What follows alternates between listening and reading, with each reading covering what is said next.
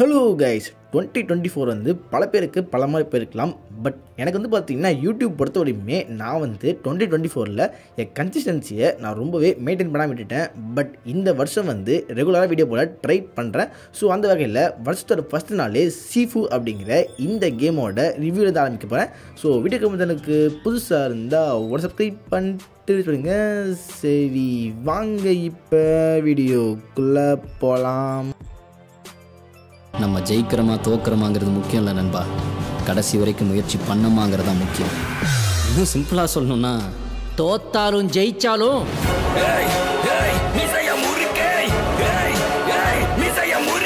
2022 வந்த இந்த கேம் பற்றி இப்போதைக்கு நான் ஏன் பேசுகிறேன்னு பார்த்தீங்கன்னா அதுக்கான மெயின் ரீசனே எபிக் கேம்ஸ் தான். அதாவது எபிக் கேம்ஸ் பார்த்தீங்கன்னா போன மாதம் கடைசியில் தொடர்ந்து ஏகப்பட்ட ஃப்ரீ கேம்ஸ் கொடுத்தாங்க.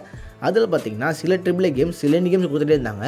ஆனால் இப்போதைக்கு பார்த்தீங்கன்னா கடைசியாக அவங்க டிசம்பர் 31 அதாவது வருஷத்தோட கடைசி நாளுக்கு ஒரு நல்ல கேம் கொடுக்கணும் அப்படின்ட்டு அந்த சமயத்தில் சீஃபு அப்படிங்கிற இந்த கேமை ஃப்ரீயாக கொடுத்துருக்காங்க. இந்த கேம் வந்து பார்த்திங்கன்னா ஒரு நல்ல கேம் தான். ஸோ அதனால் வந்து கிளைம் பண்ண மறந்துட்டிங்கன்னா மறக்காமல் போய் கிளைம் பண்ணிக்கோங்க.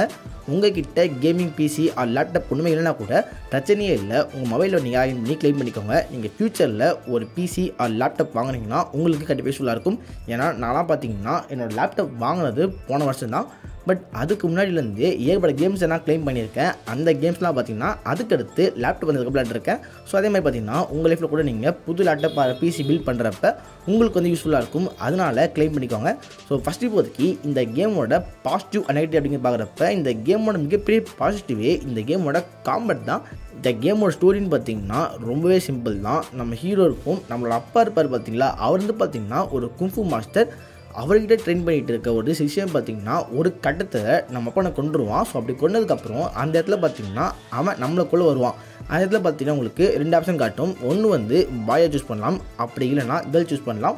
ஸோ அப்படிங்கிறப்ப உங்களோட விஷ் தான். நீங்கள் இந்த கேமில் வந்து ஃபீமேலாகவும் விளையாடலாம், மேலாகவும் விளையாடலாம். ஸோ இப்போதைக்கு வந்து பார்த்திங்கன்னா நீங்கள் சூஸ் பண்ணுற கேரக்டரை அவன் கொண்டுடுவான். பட் அந்த இடத்துல பார்த்திங்கன்னா நம்ம அப்பாவோட ஒரு பெண்டன்ட் மாதிரி இருக்கும். அதோட பவர் மூலமாக நம்ம வந்து திருப்பி வர மாதிரி இருக்கும். அதை பார்த்திங்கன்னா நம்ம சாக திருப்பி வந்துகிட்டே இருப்போம். பட் நம்ம வயசு பார்த்திங்கன்னா 1 2 அப்படி இன்க்ரீஸ் ஆகிட்டே இருக்கும். இதுதான் பார்த்திங்கன்னா அந்த ஒரு பெண்டன்ட்டோட பவர். அந்த பவரோட நம்ம செத்தவங்க திருப்பி வந்துடுவோம். அந்த இடத்துல பார்த்திங்கன்னா அந்த வில்லனை பழி வாங்கிறதுக்காக ஒரு 8 வருஷம் நம்ம பயங்கரமாக ட்ரைனிங் பண்ணிவிட்டு நம்மளோட 20 வயசில் வந்து ஒரு மிகப்பெரிய பயணத்துக்கு போகிறோம். அதுதான் பார்த்திங்கன்னா அந்த வில்லனை கொல்றது. மொத்தமாக 5 சாப்டர் இருக்கும். ஒவ்வொரு சாப்டர்லையுமே ஒவ்வொரு லொக்கேஷன் போவீங்க. அந்த லொக்கேஷனில் இருக்க ஏகப்பட்ட சைடு எனிமீஸ், அப்புறமா பார்த்திங்கன்னா அங்கே இருக்க ஒரு மெயின் பாஸ் முடிச்சுட்டு நீங்கள் போகிறப்ப லாஸ்ட் லொக்கேஷன் அதாவது பார்த்திங்கன்னா 5th சாப்டரில் அந்த மெயின் பாஸ் தான் பார்த்திங்கன்னா இந்த கேமோட ஃபைனல் பாஸ். அவ்வளோதான் கேம். அதாவது பார்த்திங்கன்னா ரொம்ப சின்ன கேம் தான். நீங்கள் போவீங்க, ஸ்டார்டிங்கில் இருக்க அடியால் போடுவீங்க, அதுக்கடுத்து மெயின் பாஸ் போடுவீங்க. அதே பார்த்திங்கன்னா ரிப்பீட்டாக போயிட்டு ஒரு 5 சாப்டர் இருக்கும். அதாவது பார்த்திங்கன்னா ஸ்டோரி வந்து ரொம்பவே சிம்பிள் தான். உங்களுக்கு பெருசாக வந்து ட்விஸ்ட் அண்ட் டர்ன் அப்படின்ட்டு ஒன்றுமே இருக்காது. ஸோ ரிவெஞ்சுக்காக நம்ம ஹீரோ போகிறான். அவன் இப்போதைக்கு அவன் ரிவெஞ்சை பண்ணனா இல்லையா அதுதான் பார்த்திங்கன்னா பேசிக். பட் காம்பெட்லாம் பார்த்திங்கன்னா பயங்கர இன்ட்ரெஸ்டிங்காக பண்ணியிருப்பாங்க. எனக்கு தெரிஞ்ச வரையுமே நான் விளையாண்ட கேம்ஸில் ஒன் ஆஃப் தி பெஸ்ட்டு காம்பெட் அப்படிங்கிறதுல கண்டிப்பாக வந்து சீஃபு அப்படிங்கிற இந்த கேம் இருக்கும். அந்தளவுக்கு அந்த காம்பெட்லாம் பார்த்திங்கன்னா பயங்கரமாக இருக்கும். நீங்கள் ஸ்டார்டிங்கில் வெறும் ஹேண்ட் டு ஹேண்ட் காம்பெட் மட்டும் தான் பண்ணுற மாதிரி இருக்கும். அந்த சமயத்தில் ஆப்போசிட்டில் வரவங்க பெரிய சிலம்பக்கட்டை, அப்புறமா வந்து கிரிக்கெட் பேட் அப்படின்ட்டு ஏகப்பட்ட வெப்பன்ஸ்லாம் கொண்டு வந்துடுவாங்க. ஸோ அதுக்கு பார்த்திங்கன்னா அந்த வெப்பன்ஸ்லாம் நீங்கள் அவங்ககிட்ட அடித்து பிடிங்கி அந்த வெப்பன்ஸ் வச்சுமே நீங்கள் ஃபைட் பண்ணலாம்.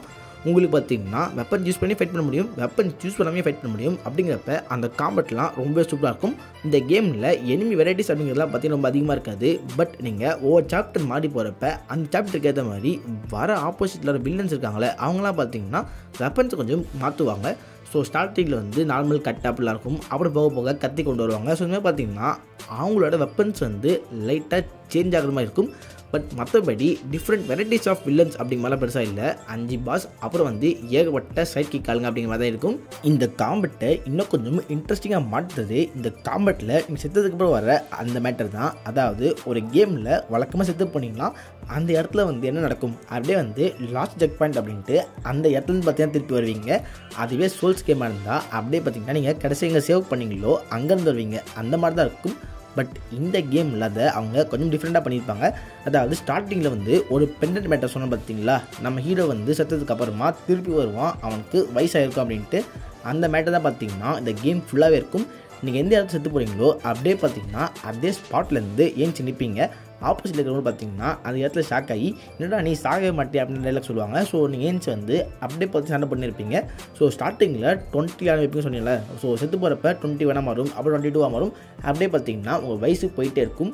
இந்த கேமில் உங்களுக்கு கேம் ஓவர் வரணும்னா கண்டிப்பாக வந்து ஒரு 75 வரும்னு நினைக்கிறேன். ஸோ அதாவது 75க்கு மேலே வரும் வயசு போச்சுன்னா தான் உங்களுக்கு வந்து இந்த கேம் ஓவர் அப்படிங்கிற இந்த மேட்டரே வரும். அதுவரை நீங்கள் சாக திருப்பி வந்துக்கிட்டே இருப்பீங்க. அதுலேயும் இன்னொரு மேட்டர் இருக்குது. நீங்கள் எத்தனை தடவை திருப்பி வரீங்களோ அதுக்கேற்ற மாதிரியே உங்கள் பவரில் வந்து சேஞ்ச் இருக்கும். அதாவது பார்த்தீங்கன்னா உங்களுக்கு எவ்வளோ வயசு அதிகமாகுதோ அதுக்கேற்ற மாதிரியே உங்கள் ஹெல்த்து பவர் வந்து கொஞ்சம் கம்மியாயிடும்.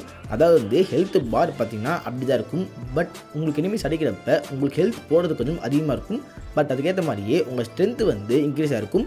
இந்த மாதிரி தான் பார்த்தீங்கன்னா இந்த கேமில் ஏஜ் ஆகிற அந்த மேட்டர் பண்ணியிருப்பாங்க. ஸோ எல்லாமே பார்த்தீங்கன்னா உங்களுக்கு ரொம்ப இன்ட்ரெஸ்டிங்காக சூப்பராகவே இருக்கும். அதே மாதிரி கேமோட கிராஃபிக்ஸ்னு வரப்போ அதுவும் பார்த்திங்கன்னா பக்காவாக இருக்கும். ஒரு ரொம்ப ரியலிஸ்டிக்கான கிராஃபிக்ஸ்லாம் இல்லை, ஒரு பெயிண்டிங் மாதிரி தான் இருக்கும். பட் அந்த ஆர்ட் ஸ்டைல் வந்து இந்த கேமுக்கு ஒரு பக்கமான இதுவாகவே இருந்துச்சு. அந்த கேமோட கிராஃபிக்ஸ் ஸ்டைலில் பார்த்திங்கன்னா ஒரு மிகப்பெரிய பாசிட்டிவ் பாயிண்ட் தான். அதுக்கடுத்து பார்த்திங்கன்னா ஆப்போசிட்டில் வர பல வில்லன்ஸ்லாம் வந்து ஒரு மேஜிக்கல் குங்ஃபு மாதிரி யூஸ் பண்ணுவாங்க.